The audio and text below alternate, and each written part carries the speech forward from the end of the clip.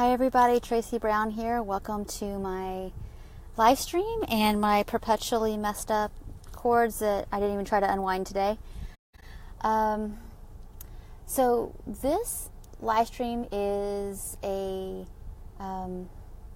really a dedication, but maybe it is. I'm not sure what to call it, but basically those of you who are in this community around like recovery and health at every size and intuitive eating may know of Merritt Boxler. She has a podcast called Life Unrestricted in the same group, so I highly encourage you to go to her group and join it, and go to her website, not her website, but her podcast, which you can get on iTunes. I'm going to put a link in the comments section here below this.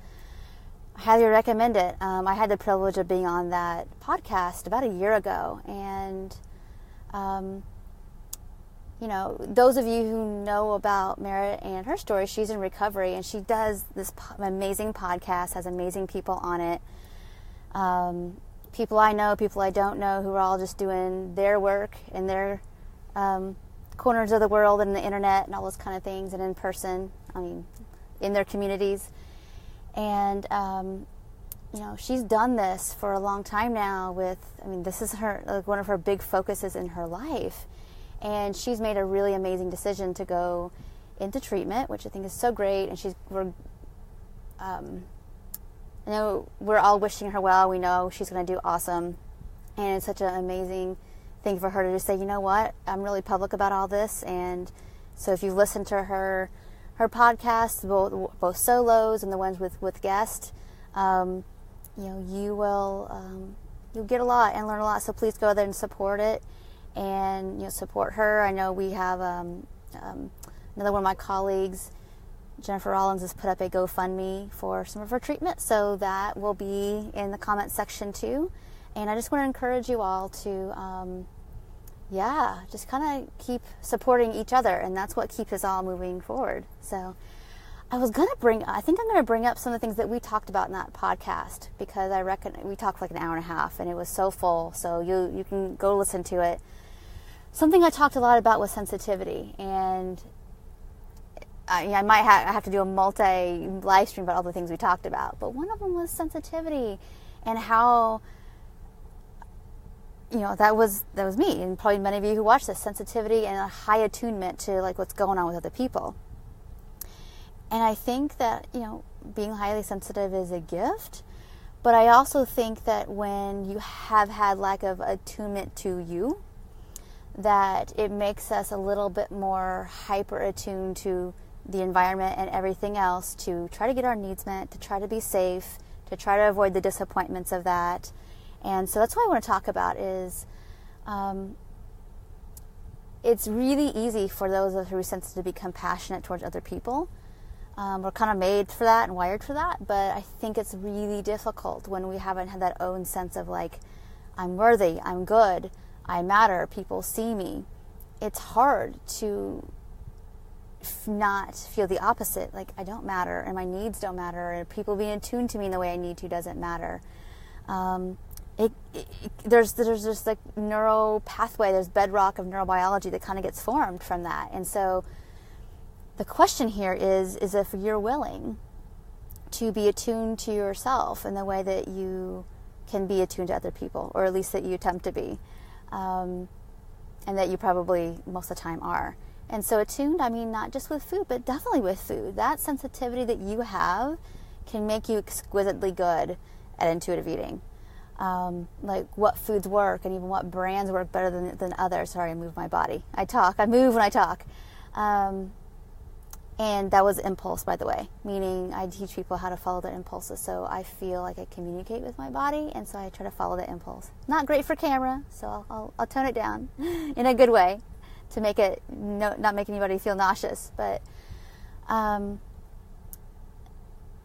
it's so important to use that attunement that you've had towards others, and start to allow others to be attuned to you, and to be attuned to yourself. So that definitely applies to your food, to what day of the week feels best to get your groceries. Like if you feel into like what your energy level is like, does it feel better to go on a Sunday at 7 a.m.? Does it feel good to go on a Thursday at 2 p.m.? Whatever day.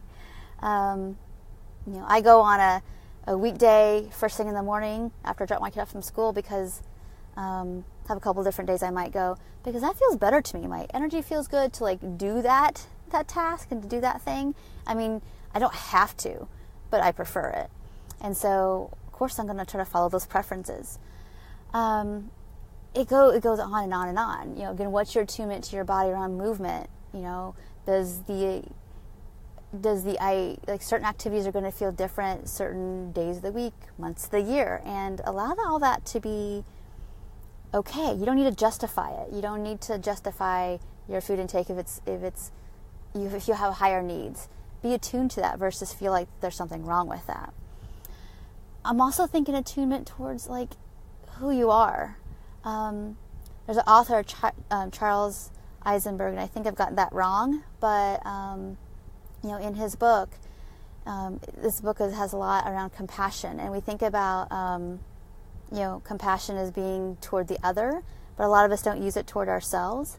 And I want you to think about if you're struggling or you're judging yourself where you're at, I want you to take a look at what's it like to be me. So I want you to think about that. We get down on ourselves and we self-judge and we're critical and for maybe like I should have known better or I should have done that differently or I can't believe I keep overeating at that time of day when I know better. And it's like, it's not really about that. Can you have compassion for all the things that have brought you to this place? And if it feels hard to be attuned in certain ways, it's because of that. That doesn't make you a victim. It just means that like I have all these experiences, all these beliefs, all these things that got reinforced or didn't get attuned to that led me to here.